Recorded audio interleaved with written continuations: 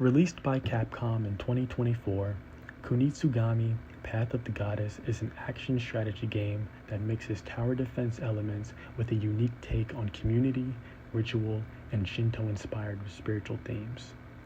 Here, you play as So, guiding villagers through corrupted landscapes, fighting off monstrous seed, and working to restore harmony to a world built around purification and balance. On the surface, it looks like a typical action game with some tower defense mechanics sprinkled in, but underneath all that, the game is really exploring ideas about human responsibility and coexistence with the natural world. The game kicks off when Mount Kafuku is overrun by hordes of demons called the Seed. This prompts Yoshiro to begin a ritual to summon her protector, So, into the physical world. From there, the gameplay starts. As So, you wield a katana to fight off the Seed while making your way up the mountain to protect Yoshiro. Once there, you fight alongside the other inhabitants of the mountain until So is eventually defeated by a greater Seed.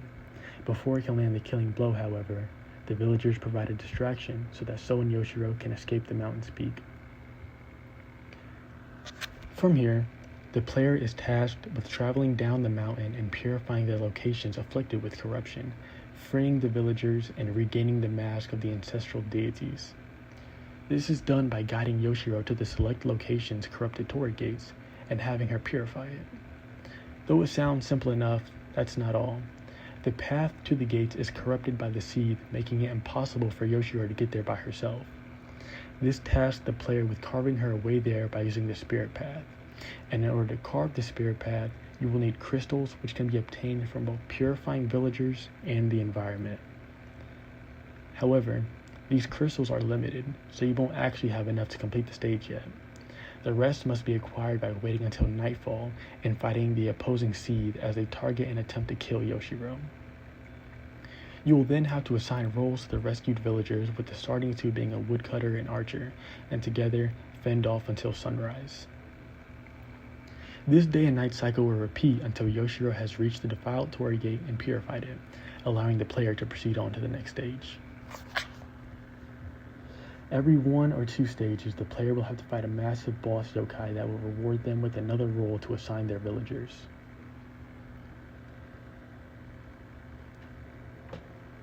Now, in most tower defense games, the player takes the role of a more distant strategist. The units in these games are just interchangeable pawns. You place them down, assign them a role, and watch them fight while you sit there, safely removed from it all. They are anonymous, expendable, and their individuality rarely matters. Even when these units have classes like healer or archer or attacker, they're fundamentally the exact same and have no identity outside of that role. They're just units. But Kunitsugami changes this entirely. Firstly, So's existence allows the player to be physically present in almost every encounter of the game. He fights right there alongside the villagers, taking hits, blocking attacks, and protecting Yoshiro directly. You don't just treat your allies like disposable pieces to be sent out to fight. You're just as vulnerable alongside them. Another difference is, unlike most other tower defense games where you're just protecting an inanimate object or a static structure, in Kunitsugami you're defending a living, breathing person. Yoshiro doesn't just stay put at the back of the map, she moves forward, getting closer to the source of the Seed, just like So and the villagers do. This makes the player responsible for her survival, which makes the protection feel a lot more personal and urgent. I can remember playing other more traditional tower defense games where once things would start going wrong, the player would be mostly powerless to stop it. You'd only be able to sit back and watch as the enemy closed in on your base. In Kunitsugami, leadership feels different, and you're not just giving orders, you're right there in the fight alongside everyone else.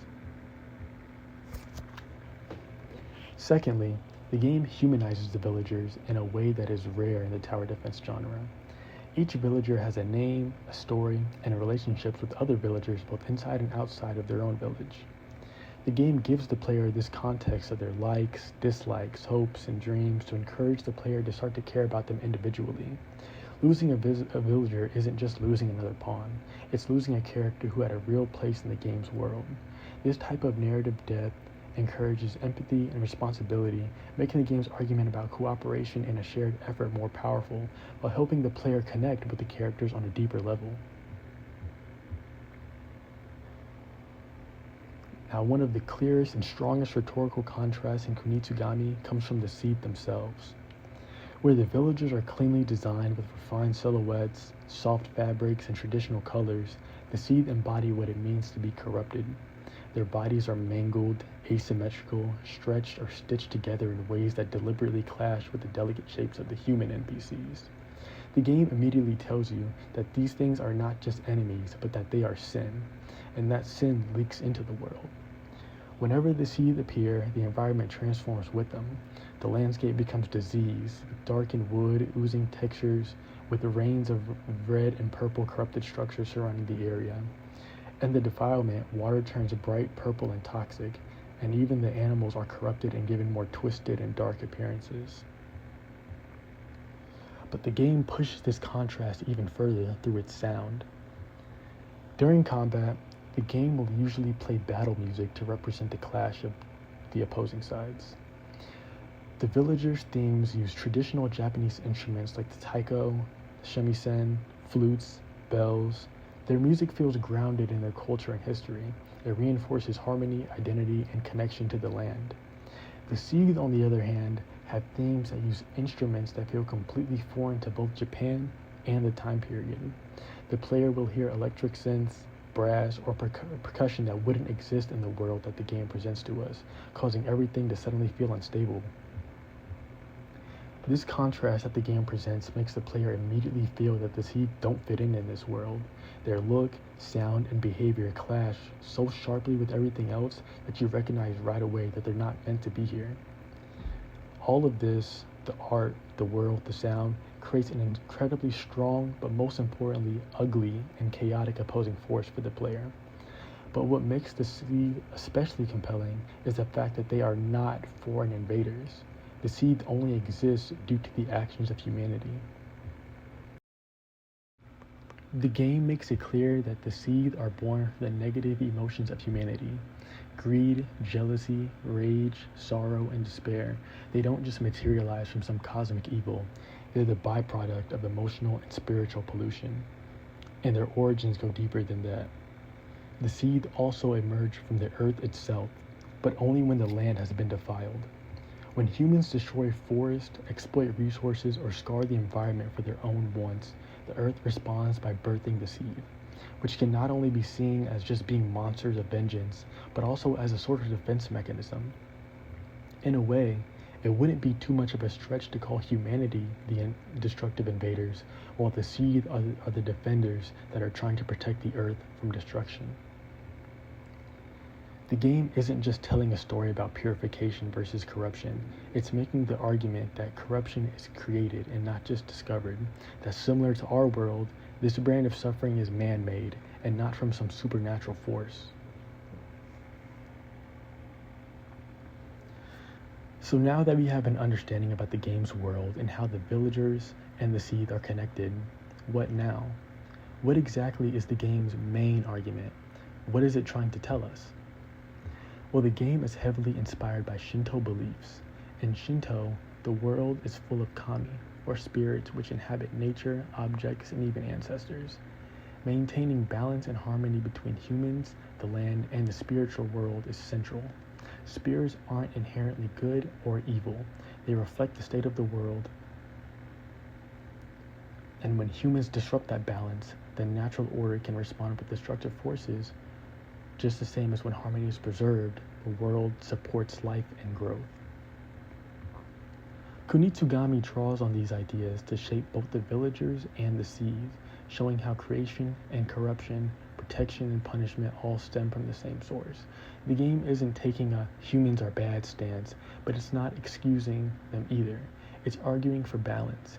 Humanity is going to advance as time goes on. That part is inevitable. But the game is pushing the idea that people shouldn't forget where they came from or trample over everything else for the sake of their own ambitions. The whole point is coexistence. When humans break harmony, the world reacts. When they work together, rebuild, and respect the land, the world will respond to that too. This reflects the real world as well. Just like in the game, our actions impact the environment and the communities around us. Exploiting nature, ignoring ecosystems, or harming each other creates consequences.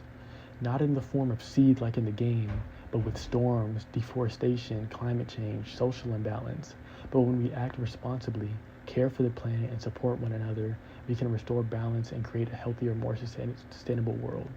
The game mirrors the idea that progress doesn't have to come at the cost of everything else. Coexistence is possible if we pay attention and act thoughtfully and respectfully towards the planet we live on.